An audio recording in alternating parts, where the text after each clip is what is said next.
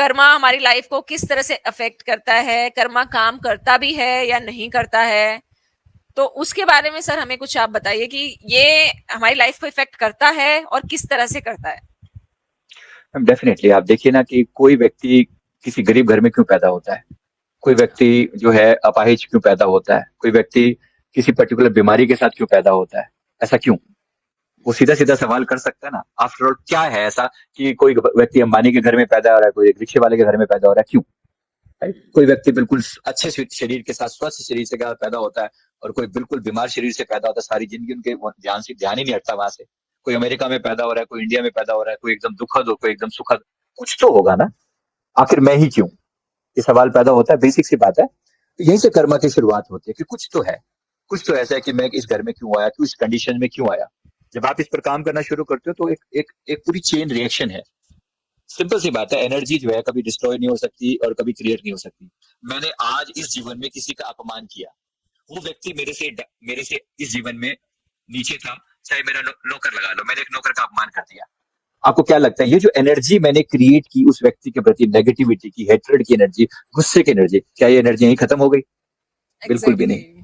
नहीं। एनर्जी खत्म नहीं होती, एनर्जी गई और उसके अंदर जो नेगेटिविटी की जो फीलिंग जनरेट की, उसका रिफ्लेक्श मुझे डेफिनेटली आएगा ही आएगा। वो चाहे वो आ मुझे जाए, लगता है वो डबल, चाहे हाँ। हाँ हाँ, हाँ। चाहे वो आ जाएगा, चाहे वो 10 साल बाद आएगा और चाहे वो 100 साल बाद आएगा, आएगा जरूर। आएगा सर। वो रिफ्लेक्स आएगा, आप उसको इनकार नहीं कर सकते। This is simple law of Karma, तो हाँ। इनकार नहीं कर सकते। तो इसमें क्या है कि हमारे इतने कर्म पड़े हुए हैं, इतना हिसाब किताब पड़ा है कि मतलब अनंत का हमने पता नहीं क्या कुछ करके रखा हुआ है, और शिकायतों से भरे हुए हैं। हम शिकायत भगवान को करते हैं, हे भगवान तूने ये क्या किया। अब भगवान बेचारे को पता ही नहीं है कि आप दुखी क्यों हो रहे हो, आप अपनी हरकतों से दुखी हो और दोष आप किसी को दिए जा रहे हो। हाँ। इससे एक बड़ा इंटरेस्टिंग सा, एक छोटा सा अगर टाइम हो तो मैं हाँ, बताता बिल्कुल हूँ। बिल्कुल। किसी लेडी को शिकायत थी, उसके घर के 5-6 मेंबर्स की शादी हुई, जहाँ वो गई इन लॉज के यहाँ पर, 6-7 मेंबर्स को खूब तंग करते, हर तरीके से परेशान करते। हस्बैंड अपनी तरह से, सास अपनी जगह, ससुर और देवर और जेठ और सब मिलके जैसे उसको टॉर्चर करे। इतनी तंग थी उन सबसे, 1-1.5 साल उसने टॉर्चर सहा। फिर एक दिन हमारे पास आई, सर बता दो, मैं यहाँ से डिवोर्स चाहती हूँ, मैं लेने जा रही हूँ, आप बताओ ये क्या है, कर्मों का ये क्या खेल है, मतलब इतना ज्यादा तंग करता है सारे मेरे को। हमें भी हैरानी हुई कि भाई ऐसा क्या कर्म किए होंगे इस बंदी ने, मतलब ऐसा क्या कर्म किए होंगे। फाइनली पता चला, जब ये लेडी का हमने पास लाइफ किया तो पता चला कि इसे पिछले जीवन में एक डकैत थी। ओ। ये लड़की, ये एक लड़की एक लड़के के रूप में थी और एक डकैत थी।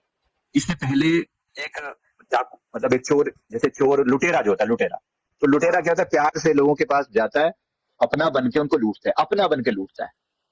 तो पहले इसने जो सास है, ये उस जीवन में एक लेडी थी, ओल्ड लेडी थी, इसको इसने लूटा, किसी तरीके उसका बेटा बन के लूटा, बेटी बन के लूटा, फिर किसी और को लूटा, फिर किसी और को लूटा, ऐसे एक कम से कम इसने 8-10 लोगों को लूटा अलग अलग तरीकों से। उनकी पूरी जिंदगी की कमाई जो है ना, लूट कर भाग गई। खूब एंजॉय किया इसने, कुदरत का खेल।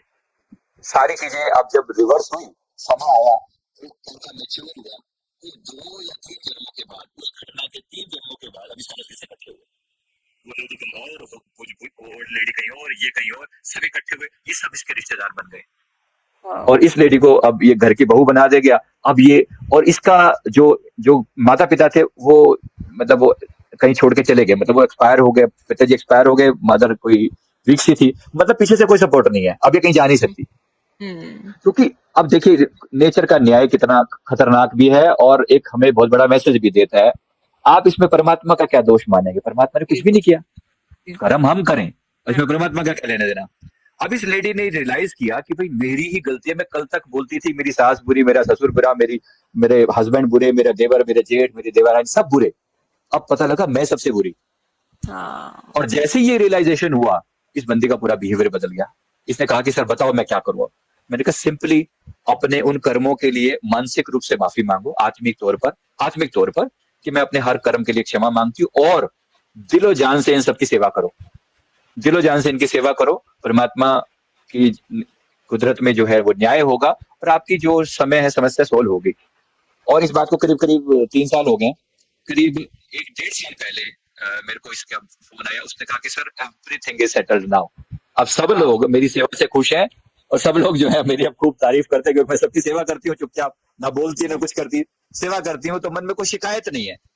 और जैसी शिकायत खत्म होती है, आप एक डिफरेंट सर डायमेंशन में पहुंच जाते हो। बिल्कुल बिल्कुल